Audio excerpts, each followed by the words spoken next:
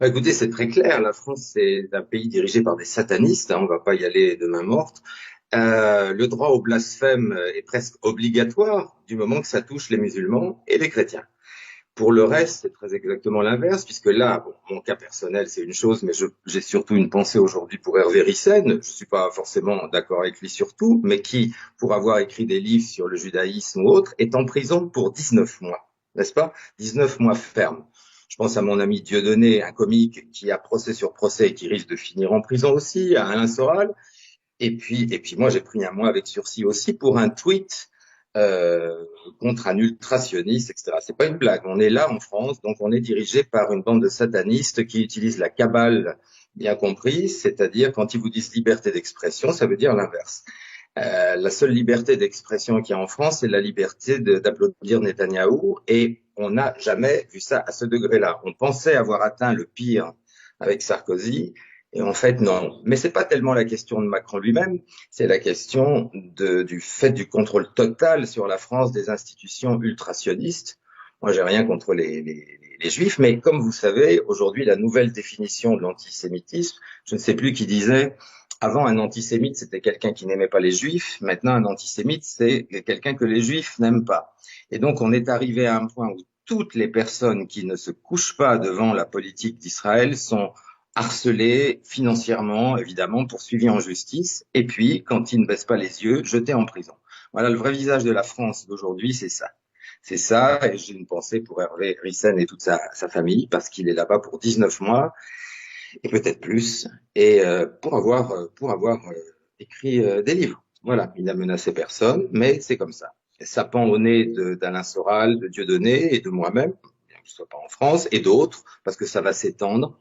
Et on est dans cette situation-là. Ça tient aussi beaucoup du fait qu'il y a quelques mois, l'antisionisme a été criminalisé, c'est-à-dire qu'il y a eu une loi qui est passée, qui assimile l'antisionisme à l'antisémitisme et donc criminalise l'antisionisme. Ce qui fait que, par exemple, moi je donnais des concerts pour les Palestiniens régulièrement en France.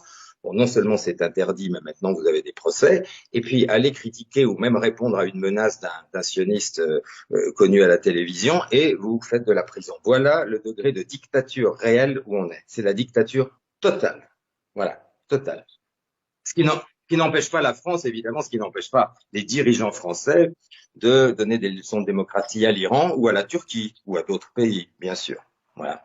Bah, ça fait longtemps qu'on sait que ça va pas s'améliorer. Simplement, il y a les gens qui résistent et d'autres pas. Nous, on n'a pas envie de baisser les yeux devant ça. Nous, on a de haine pour personne, mais on n'a pas envie. Enfin, moi, j'ai honte. On a honte de ce que la France est devenue, qui était justement, comme on dit, le pays des droits de l'homme et de la liberté d'expression. On est devenu une dictature terrible, mais terrible. C'est pas du tout exagéré. La preuve en est. Hein. Maintenant, on jette les opposants politiques en prison. C'est même pas des opposants politiques, mais simplement des gens qui montre le vrai visage du sionisme, de Netanyahou, de la politique d'Israël. C'est devenu interdit.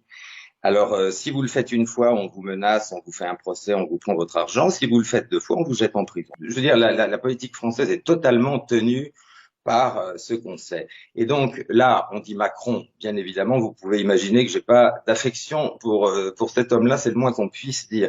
Mais si ça n'était pas Macron, ça serait pareil. Si c'était Marine Le Pen, ça serait pareil. Donc que ce soit Macron, Marine Le Pen, Mélenchon ou un autre, en France, ça ne changera pas si le système ne tombe pas. C'est-à-dire si des associations qui n'ont normalement rien à voir à faire avec la République, parce que je rappelle que puisqu'on est en République, normalement, la République ne reconnaît que l'individu et non pas le côté religieux, ça doit rester privé. Mais c'est très exactement le contraire.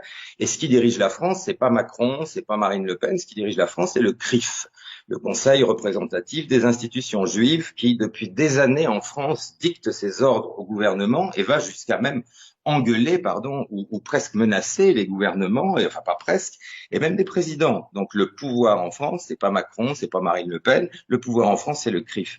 Et ça va pas s'arranger, bien sûr, parce que c'est vraiment le siège du sionisme mondial et avec des organisations qui se permettent de donner des ordres à leurs présidents, qui font nos lois, qui font absolument ce qu'ils veulent, et donc c'est gangréné de toutes parts. Et il y a très peu de gens qui osent résister parce que c'est d'une violence inouïe.